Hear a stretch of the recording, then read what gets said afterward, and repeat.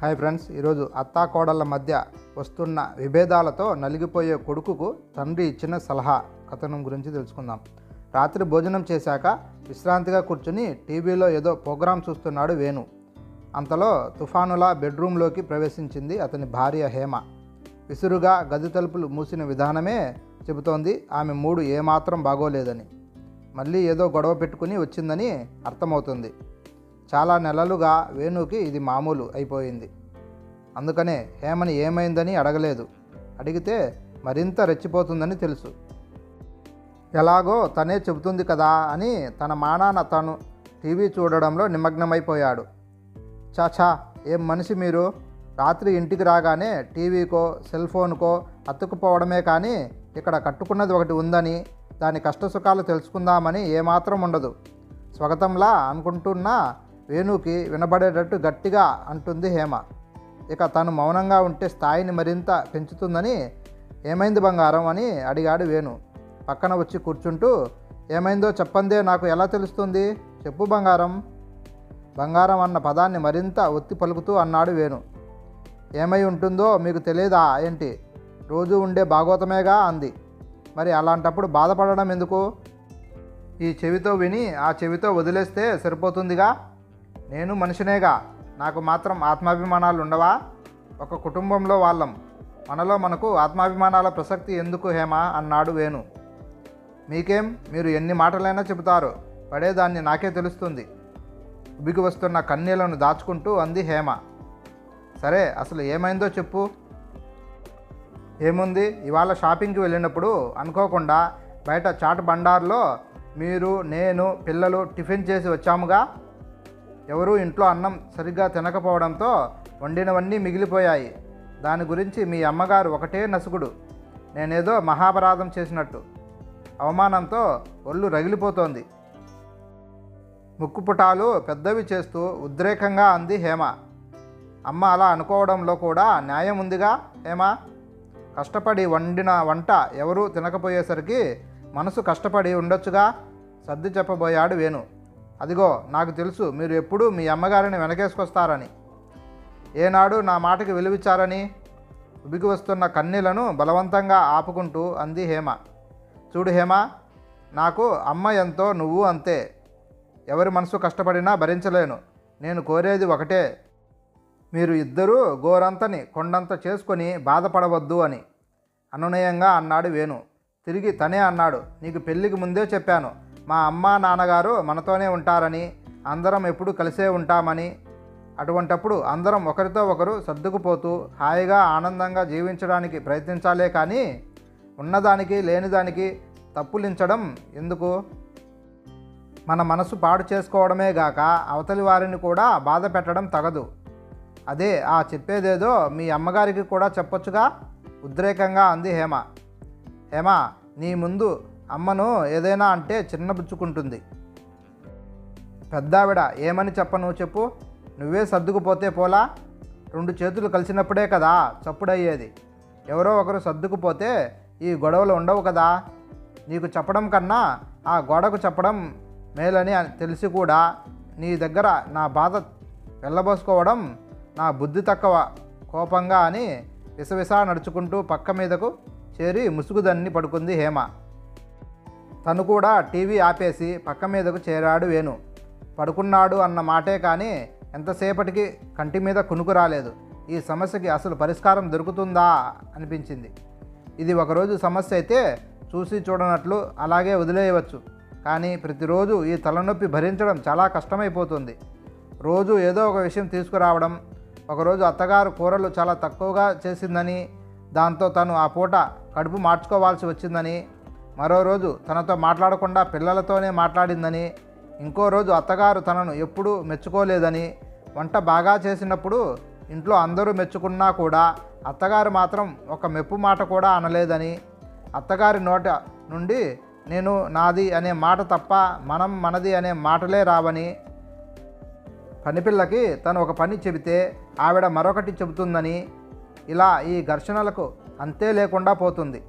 పోనీ అమ్మకు నచ్చజెబుదామా అంటే ఆవిడ భార్యను వెనకేసుకొస్తున్నాడని అపార్థం చేసుకుని మరింత ద్వేషం పెంచుకుని ఇంకా రెచ్చిపోతుందేమోనని సంకోచం. రోజంతా ఆఫీస్లో అడ్డమైన చాకిరీ చేసి వచ్చి ఇంట్లో హాయిగా విశ్రాంతి తీసుకుందామంటే ఈ గొడవలతో మనసుకు శాంతి కరువైపోతుంది. చూడడానికి చాలా చిన్న విషయాలుగా కనిపిస్తున్నా ఈ చిన్న చిన్న మనస్పర్ధలే క్రమేణా పెద్ద విషయాలై జీవితాన్ని ఆగమాగం చేస్తాయేమోనని భయంగా ఉంది. ఈ సమస్యకి పరిష్కారం ఎప్పుడు దొరుకుతుందో ఏమో ఆలోచిస్తూనే నిద్రలోకి జారుకున్నాడు వేణు.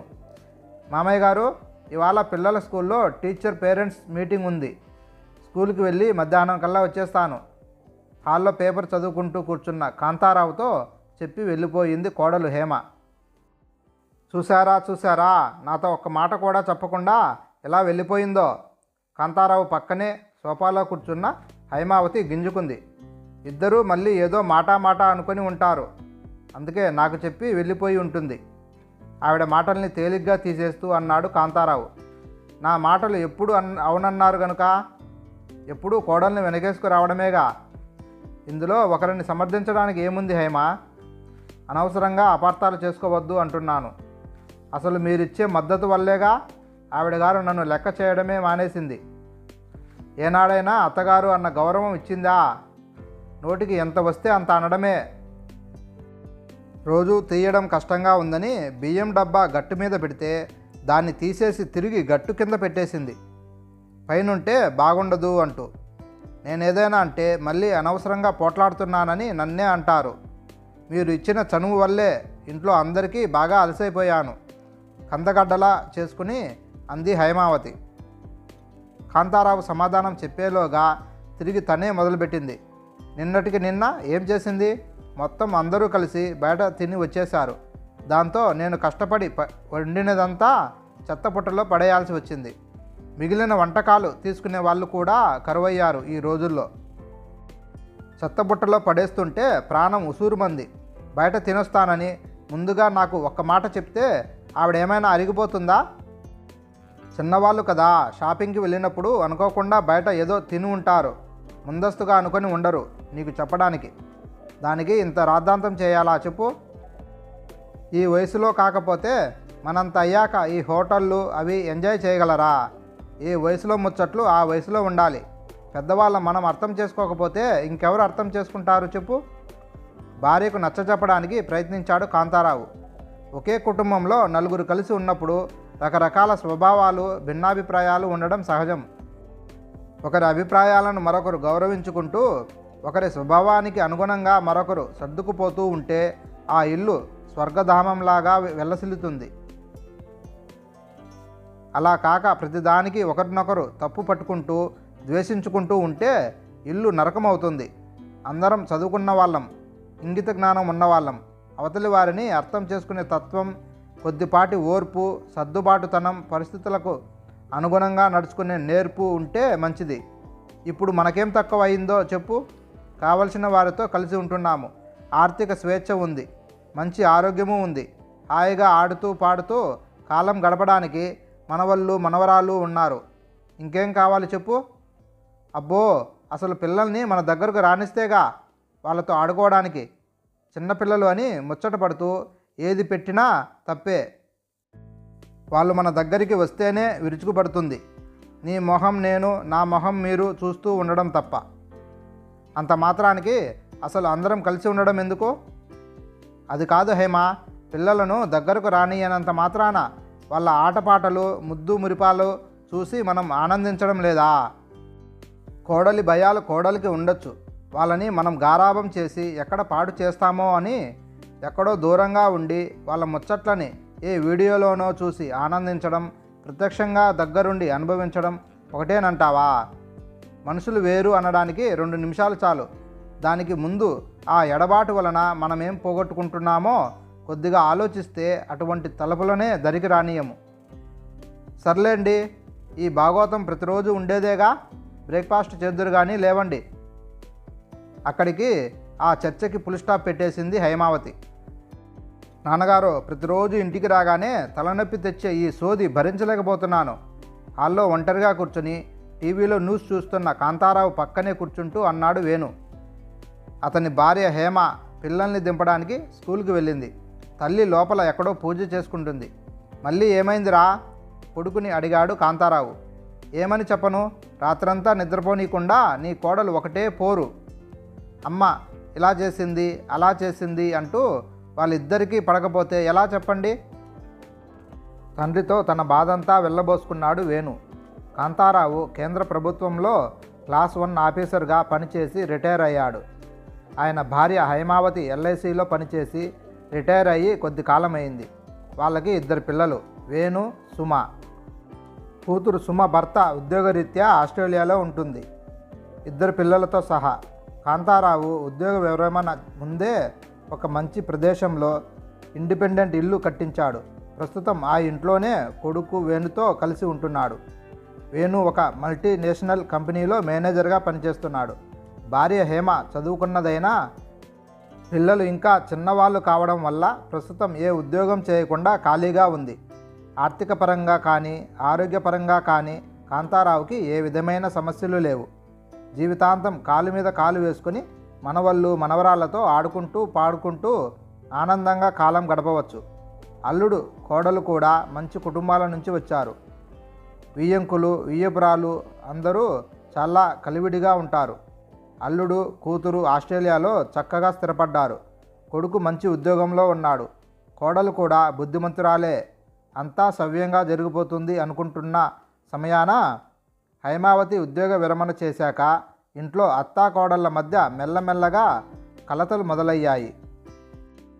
చిన్న చిన్న విషయాలకి అపార్థాలు చేసుకోవడం, మాట మాట అనుకోవడం మొదలైంది. మొదట ఇటువంటి విషయాలు ప్రతి ఇంట్లోనూ జరిగేవే అని తీసిపారేసిన రోజు రోజుకి అవి ముదిరిపోతుండడం చూసి కాంతారావు వేణు కలగజేసుకొని తమ భార్యలకు నచ్చజెప్పడానికి ప్రయత్నించారు. అయినా ఏమాత్రం ఫలితం లేకపోయింది.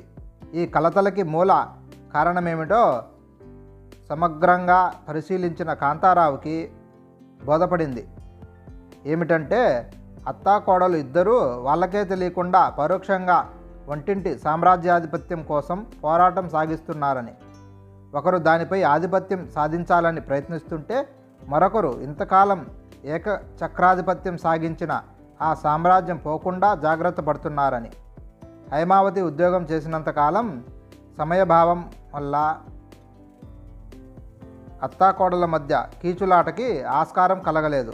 అయితే ఇప్పుడు కావలసినంత ఖాళీ సమయం లభించడంతో నువ్వా నేనా అనే సమరం మొదలైంది. అంతకుమించి ఆ అత్తాకోడల మధ్య మరే వివాదాలు కనబడలేదు కాంతారావుకి. అందుకే ఒకసారి వేణుకి సూచించాడు కూడా ఈ సమస్యకు పరిష్కారం వేరు కాపురాలు పెట్టడమేనని. అయితే వేణు అందుకు ససేమిరా అన్నాడు.